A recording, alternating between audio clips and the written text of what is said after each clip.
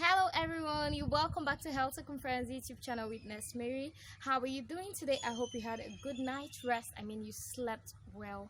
So in today's video, we're going to be addressing why it's necessary to have enough sleep and what amount of sleep you ought to have. So what is sleep? Sleep is a state of physical inactivity and rest. It's a state whereby the mind is unconscious to its environment. Now while you're at sleep, your body is working. That you're asleep, you're not physically active, doesn't mean everything shuts down, but your body is also working to maintain healthy brain function and well-being, general well-being. So it is very necessary that you have enough sleep, talking about quantity and also quality sleep at the right times. Now having good sleep, enough quality sleep at the right times, can help protect your mental health, your physical health, the quality of your life, and safety. What do I mean by having enough quality sleep at the right times? What do I mean by the right times? Now let's get into addressing some myths about sleep. Okay, so myth number one is the society believes individuals believe you can actually make up for lost sleep in the week by weekend. You feel, okay, I'm quite very busy, so let me keep up with work, and then by weekend I'll have enough time to myself and I'll make up for the lost sleep. No, you cannot completely make up for the sleep you lost within the week.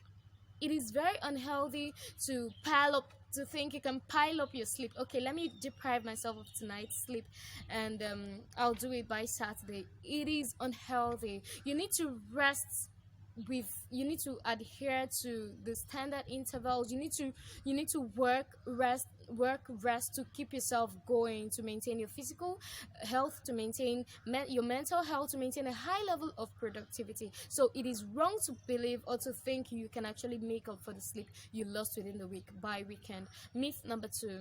Okay, so the second one is that individuals tend to believe that getting just 1 hour less of sleep per night won't affect your daytime functioning. Okay, say ideally, you're supposed to sleep for 8 hours, and you feel sleeping for 7 hours won't affect at all, won't affect your daytime functioning. No, that's wrong. Yeah, it may not be noticeable. You may not notice the difference between how you perform when you spent up to 8 hours in bed last night sleeping, having quality sleep, and how you do when you spend less than 8 hours, say 7. It may not be noticeable, but there's actually a difference in your level of functioning. Having enough sleep helps you function at the optimal level. So you can't afford to subtract an hour and say there'll be nothing wrong. Oh, I felt the same, I felt good.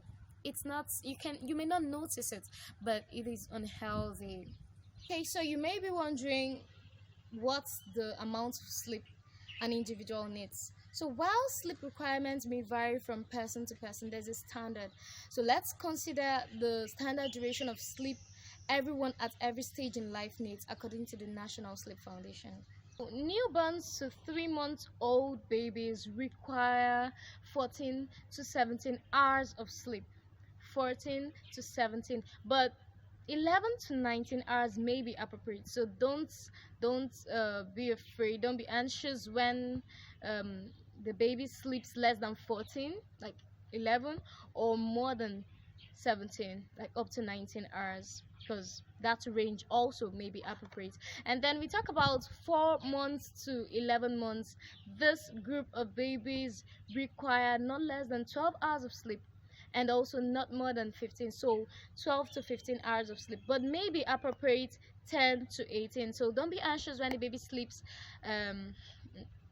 not less than 12, say 10, and then up to 18 hours, because that range also may be appropriate for them. Considering the age group 1 to 2 years, This set of people require not less than 11 hours of sleep and no more than 14, but maybe appropriate 9 to 16 hours. Yeah, that range is also appropriate for them. And then we consider age 3 to age 5. This group require no less than 10 hours and no more than 13 hours. So 10 to 13 hours, but maybe appropriate for them you consider 8 to 14 hours. Considering age 6 to age 13, this group of children require about 9 to 11 hours of sleep. Yeah, 9 to 11 hours of sleep, but maybe appropriate 7 to 12 hours. Yeah, 7 to 12 may be appropriate.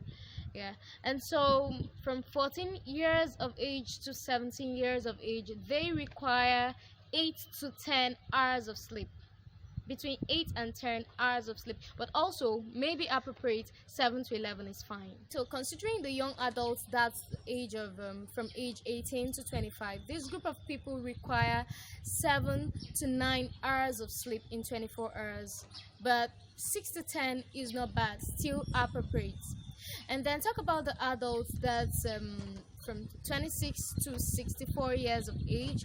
They also require 7 to 9 hours of sleep, but maybe appropriate same as for the young adults. 6 to 9, 6 to 10 rather, is fine. And then talking about the older adults, that's about 65 years plus, from 64 plus.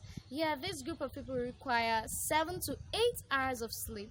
Yeah, 7 to 8, but maybe appropriate 5 to 9 is fine. Yeah, 5 to 9 is still appropriate. So you see, according to the National Sleep Foundation, it decreases, the hours of sleep decrease as you go older. It decreases with age, but still, even the older adults require not less than 7 hours, at least 7 hours of sleep.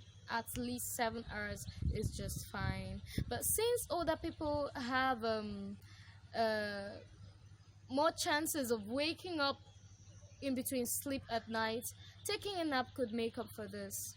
Yeah, taking a nap could make up for this. So sleep is a vital part of our life. Everybody at every stage of life needs sleep to function well, mentally, physically, in every part of our lives, in every aspect of our life. So everybody needs quality sleep, not just sleep. There's a difference between having sleeping for long and having a quality sleep. A quality sleep is defined by a sleep without an interruption more than once, and even with the interruption, the person should be able to get back to sleep in 20 minutes, within 20 minutes, not lying in bed for an hour and not being able to sleep.